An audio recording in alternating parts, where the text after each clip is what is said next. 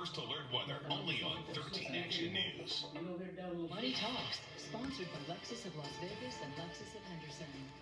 January has been dubbed as divorce month because so many couples call it quits after the holidays. But the rules for divorce change with a new tax law, and when it comes to your finances, it's better to figure things out sooner than later.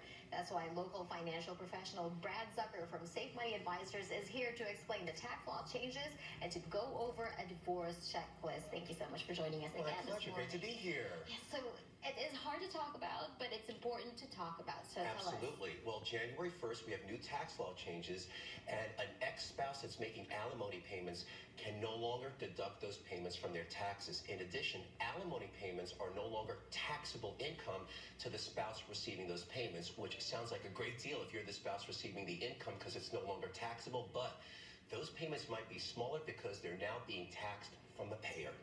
So we were talking about a checklist that we need to go over before you have to go through the divorce process. Yes, absolutely.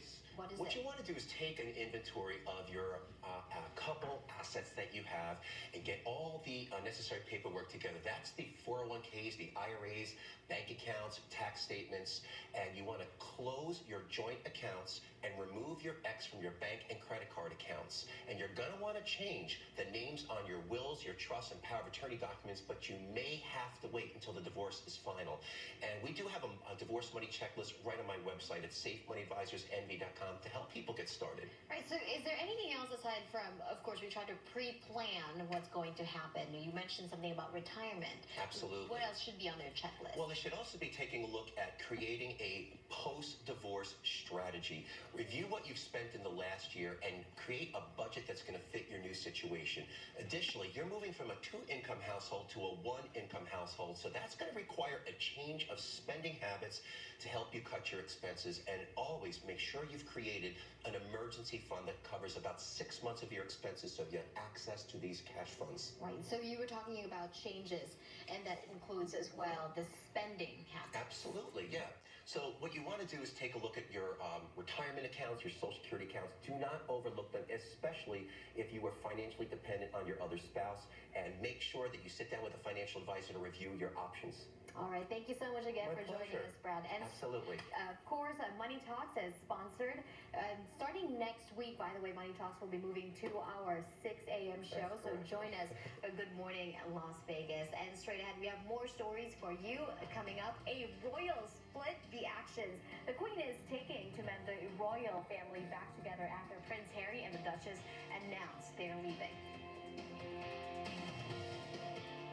Dean, Joe Bartels, Darcy Spears. Taking action, getting results. 13 investigates. Is the way to go. Call 877-1500.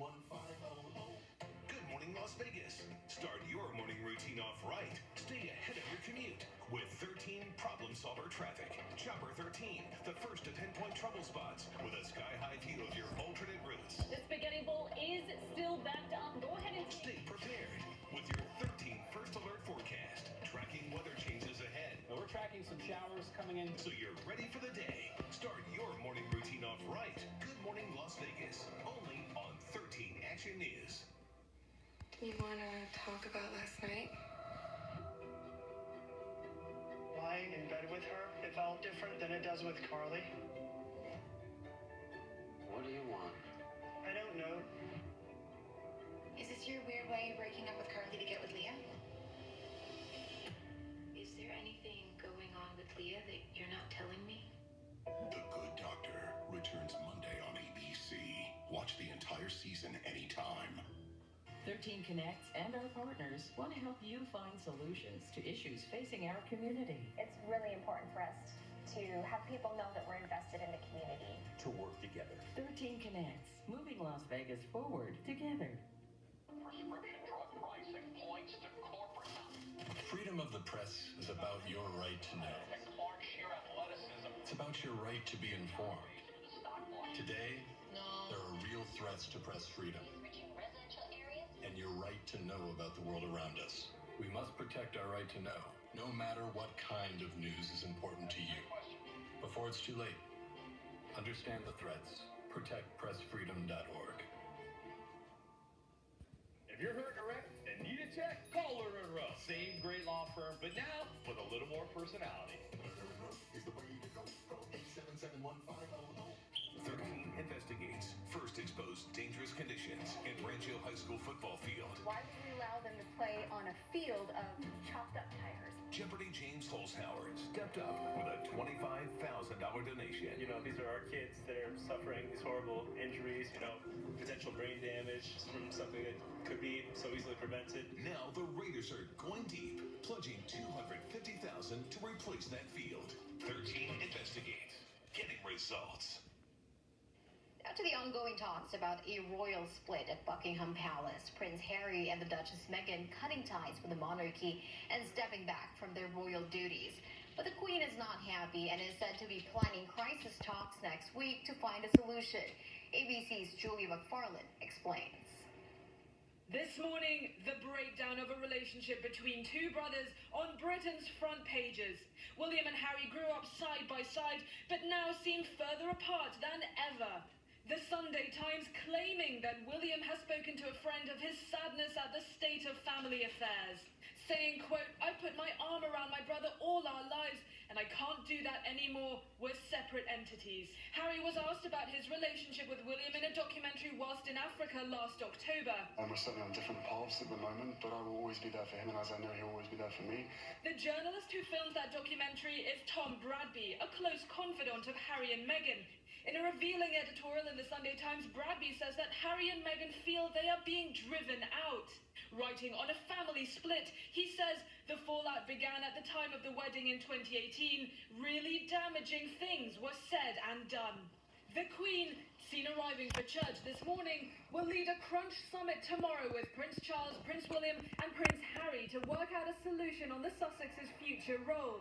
Meghan believed to be joining on the phone from Canada. The Queen wants to contain this fiasco and have it handled quickly, in days, not weeks. ABC News understands the couple have been receiving advice from friends all over the world, including Elton John, a longtime family friend. His spokesman saying Elton supports the fact that Harry and Meghan are admirably taking control of their own lives. Prince Harry will be seeing his family face-to-face for the first time tomorrow since he dropped that bombshell announcement. There's a lot for his family to thrash out on both a personal and a practical level at tomorrow's summit at Sandringham. Julia McFarlane, ABC News, London. Good morning, Las Vegas. Still ahead this morning, outrage at Iran. Why the Iranian people are now protesting their own government. And protests here in the Valley asking the U.S. not to go to war with Iran. Who's behind it? South Point Casino is ringing in the new year through the entire month of January. It's the $500,000 spin to win. That's $500,000. Just play your favorite games with your club card Monday through Thursday. Earn 500 points on slots or 2,000 points on video poker, and then spin to win. Win up to 100,000 points or win up to $100 in free play. Spin on in for the $500,000 spin to win. South Point Casino, all under one roof. Don't miss it. Las Vegas is now home to the ultimate in luxurious assisted living at La Mansión. Located on a secure 5-acre private estate, La Mansión offers a senior living experience unlike any in Las Vegas. In addition to your private suite, the all-inclusive monthly cost includes personalized care and services. Experience the finest in assisted living at La Mansión. Available suites are limited, so visit lamansionlv.com or call today to set up your personalized tour. I'm attorney Paul Powell. A lot of injury lawyers promise a lot of things, but how many will promise not to take more money than you at the end of your case? I'll make the promise. Paul Powell, more lawyer, less fee. Before you dine out, Health District shut you down for a cockroach infestation. We're shut down by the Health District for the rat infestation. Tune in. We don't want to tell anybody about the roaches, about the dirty conditions. Watch Dirty Dining Wednesday on 13 Action News live at 11. 13 investigates. First exposed dangerous conditions in Rancho High School football field. Why would we allow them to play on a field of chopped up tires? Jeopardy! James Holzhauer stepped up with a $25,000 donation. You know, these are our kids that are suffering these horrible injuries, you know, potential brain damage from something that could be so easily prevented. Now the Raiders are going deep, pledging $250,000 to replace that field. 13 investigates. Getting results. You need the these 3 game changers in your life. Run Trends! Don't be the last one on your street without a chicken. Cool. Homegrown. Homegrown. 2 deals. Feed your family of 4 for $50 a week. That's what I'm talking about. I didn't think we could do it. And now you can do it too. 3 life hacks. Burnt on mess? Use eggshells. It's working. Exceptionally clean. You deserve a win. Get it with the list. Weeknights at 7:30 from 13 Action News. You'll say, wow, when you see the prices at our brand new Walker Outlet Warehouse. So we named it the Wow. Come visit the Wow in 2 locations. Wow. 13 Action News. Elevating Las Vegas. Good morning, Las Vegas. Right now in Good Morning Las Vegas, the RTC taking steps to make the buses safer after a veteran was attacked. Why they're doing in response, or what they're doing in response, plus a gruesome discovery at the Clark County Museum, where the human remains came from. And more children rush to the ER after swallowing magnets, the growing trend putting doctors on high alert. Good Sunday morning, Las Vegas. I'm Nina Brushunkola. Now, Kelsey, we have a beach ball hanging around in our studio here, but certainly not beach weather yet. Not quite there. I think we'll see closer to 80 degrees towards the end of April and closer to 90 degrees towards the end of June. So we still have a while before we even reach that t-shirt and shorts weather. It's worth putting on that jacket today. You see plenty of sunshine, but don't let that fool you because we are waking up in the 30s this morning. Later on in the afternoon, we're going to see the mid to upper 50s for Las Vegas. Henderson could see close to 60 degrees. Boulder City at 55. Pahrump and Mesquite staying right around 56 degrees. But hey, if you do want to get outside and enjoy some of that sun, you'll see the UV index low today. Air quality is moderate in comparison to yesterday with good air quality. We see some fine particles in the air. Pollen forecast is low for today. But if you do want to get out and enjoy, expect to see those temps reaching that high for today, right around 3, 4 p.m. before reaching that 50-degree mark once that sun goes down. 10 p.m., lower 40s expected, and then overnight back in the 30s. So expect another chilly morning for your Monday. I'll have details on what to expect if you're hoping to hike our local mountains in just a few. Nina. Thanks, Kelsey. The Iranian national rage at the U.S. for killing its general has been overwhelmed by anger at their own government. This comes after Iran mistakenly shot down that Ukrainian airliner. ABC's Stephanie Ramos has the details. Overnight, thousands of Iranians protesting in the streets, not against America, but now against their own government.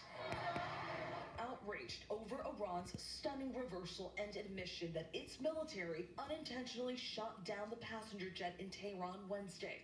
President Trump tweeting directly to the Iranian people in both Farsi and English, writing, "To the brave, long-suffering people of Iran, I've stood with you since the beginning of my presidency, and my administration will continue to stand with you. We are following your protest closely and are inspired by your courage." After 3 days of denial, Iran's military now says the Boeing 737 operated by a Ukrainian airline was misidentified as a cruise missile flying over Tehran the same night Iran blasted missiles toward U.S. bases in Iraq, all to avenge the death of Iran's top military commander, Qasem Soleimani. All 176 people on that plane, including Ukrainians and Canadians, were killed. One of them, 23-year-old Sarah Sadat, a college student who attended Alliant International University in San Diego. On the night of the attack, U.S. intelligence captured radar signals from the Iranians which targeted the jetliner. A satellite saw 2 missiles fire. At least one exploded into pieces near the jet. Ukraine's president posting these photos of what he said is shrapnel damage on the plane. But questions still remain. Why was Ukraine's airline not warned of the Philippines warns of potentially hazardous eruption of Taal volcano south of Manila. Stephanie Ramos reporting. Now, there were hundreds of No War with Iran rallies across the U.S. over the last several days. Back here in the Valley, here's a Chopper 13 view of that anti-war rally in downtown Las Vegas last week. It happened at the federal courthouse. They were organized by the group Move On. An update to this story now. RTC is now laying out plans to improve security services for passengers after a veteran was attacked on a bus. The first step is putting more money towards safety. In a statement, the RTC says it plans to increase the security services budget by $3 million this year. That will allow them to pay personnel more and provide body cameras and bulletproof vests to officers. RTC also plans to spend nearly $10 million to improve security cameras and software on buses. And we're getting our first look at the off-duty CCSD officer who police say was caught driving under the influence. Dwight Delancey has been released from custody and is now on high-level electric monitoring. Metro says Delancey took several pain pills before crashing his car near Pollock and Kyle last year. Witnesses say he ran a stop sign at a red light. A shocking discovery prompting an investigation at the Clark County Museum. A spokesperson tells 13 Action News a volunteer found 2 human skulls and 2 human jawbones in the archive storage. We're told most of the remains came from the original collections there. The remains are now with the coroner's office for analysis.